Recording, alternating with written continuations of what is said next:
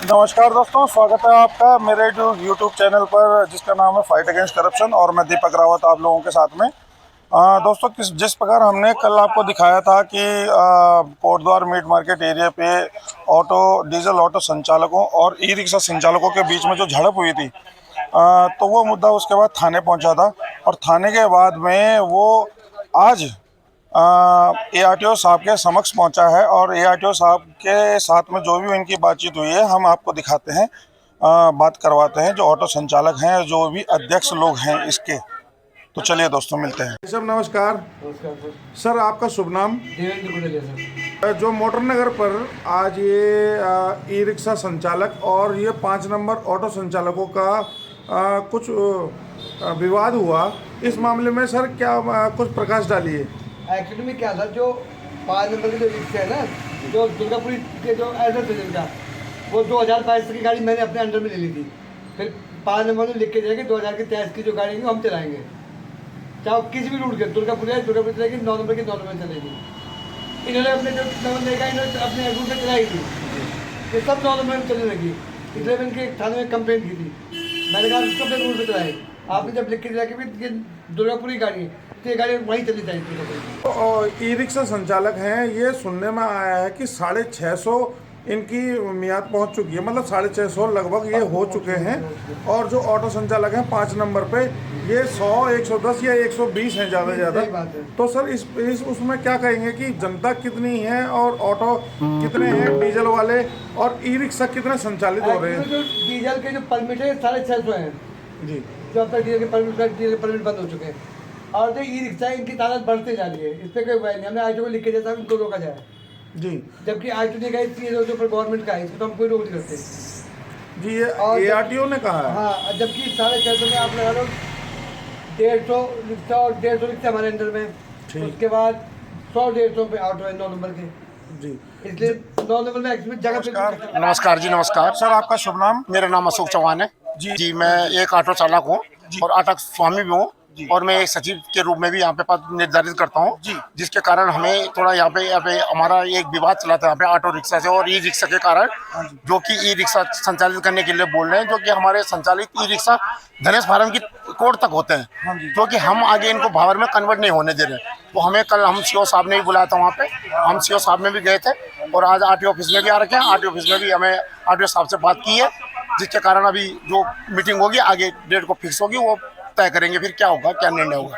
तो सर, ये जो कल प्रकरण हुआ था मीट मार्केट पे, जो ऑटो संचालक डीजल ऑटो चालकों के और ई रिक्शा चालकों के बीच में, वो क्या प्रकरण था? जी, वो प्रकरण ये था कि ये बोल रहे हैं कि हमें उन मतलब ई रिक्शा जो है कि भावर में पूरा प्रचलित करो, भावर में संचालित करो, भावर में चलने दो, जो कि हमें यहाँ पे घंटों घंटों हमारे नंबर में स्टैंड नहीं है, स्टैंड की व्यवस्था नहीं है, हमें यहाँ पे घंटों घंटों अपने नंबर के प्रति वो इंतजारी करनी पड़ती है। उसके बाद भी आते हैं, ये पीछे से भर के चले जाते हैं और अपना व्यवस्था भंग करते रहे। इसलिए दिक्कत परेशानी किसको होती है? दिक्कत परेशानी हमें होती है, सवारियों को होती है, सब जिसको भी होती है, जो नंबर पे यहाँ लगे होते हैं सबको दिक्कत होती है। जो हम 25-26 सालों से ये यूनियन चला रहे हैं, हम सबको दिक्कत होती है।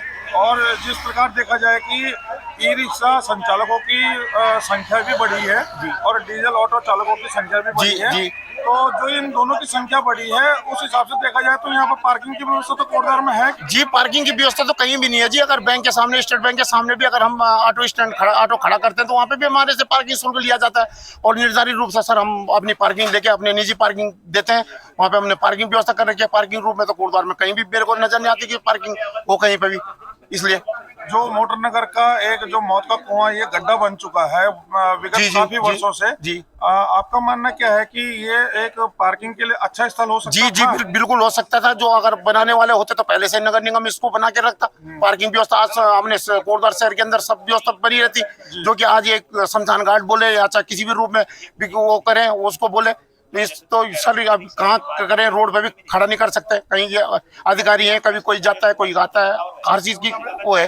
कुल मिला के पार्किंग की समस्या बिकट है। बिल्कुल बिकट है सर, बिकट है बिल्कुल। तो एक इसका विकल्प था मोटर नगर का जो गड्ढा बन चुका है। अगर ये गड्ढा ना होता तो आप मानते हैं कि ये एक पार्किंग के लिए अच्छा विकल्प? जी, बिल्कुल अच्छा विकल्प होता है और हर चीज का संचालित होता है। भावर रूट में जितने भी रूट बने हैं, ऑटो के हो, बस हो, जीप हो, टैक्सी हो, सबका एक निर्धारित रूप से रूट चलता सर। जी, धन्यवाद। ठीक है सर। सर जबकि ऑटो संचालकों का ये कहना है कि जो इनके हैं ऑटो हैं ये 2009 से प्रतिबंधित हो रखे हैं कि ये इतने ही रूट में चलेंगे जो बना हुआ है इनका 15 किलोमीटर का एरिया। इनको परमिट मिले। और इस दौरान अगर ई रिक्शा वाले किसी भी रूट में घुस जाते हैं तो इनको दिक्कत परेशानी का सामना करना पड़ता है। इनका कहना ये है। एक्चुअली ई रिक्शा के सबके हमने रूट बांट रखे हैं जी। एक्चुअली इनकी बैटरी की क्षमता बहुत कम है, बस इनके 25 किलोमीटर का दायरा है। लेकिन जैसे जो आपका कोरियर रेलवे से कोरियर साथ जो वहाँ का एड्रेस है वो वहीं चलेगा, 2 नंबर चलेगा, 7 नंबर 7 नंबर, खाली एक जो 4 नंबर है वहाँ रिक्शा नहीं चलते। क्यों? वहाँ इतनी कैपेसिटी है, चढ़ाई बहुत रास्ते बनते हैं। 4 नंबर है, 2 नंबर में 9 नंबर में चल रहे रिक्शे। तो विवाद ये जो आज हुआ ये 5 नंबर का था। विवाद 5 नंबर से है, 9 नंबर 5 नंबर का विवाद है जी। हमारा कहने का रिक्शा वालों कहने में कि भाई जब रूट खोले तो 5 नंबर रूट खोला जाए। हाँ जो वहाँ का निवासी है वहीं चलेगा, ठीक। पावर चलेगा। जी जी। और जो यहाँ पर पार्किंग की व्यवस्था है कोटद्वार में, आप क्या सोचते हैं कि कोटद्वार में पार्किंग की व्यवस्था अच्छी है, दुरुस्त है? पार्किंग तो कहीं है नहीं, आपको एक बाइक खड़ी करने की पार्किंग नहीं मिलेगी। हमने नगर निगम से भी शिकायत करी, आईटी में शिकायत करी कि सर आप इतनी गाड़ियाँ निकाल रहे हैं, जब कहाँ चलेगी, पार्किंग है कहाँ मिलेगा? तो आने वाले टाइम पे तो मैंने कहा बहुत दिक्कत हो जाएगी।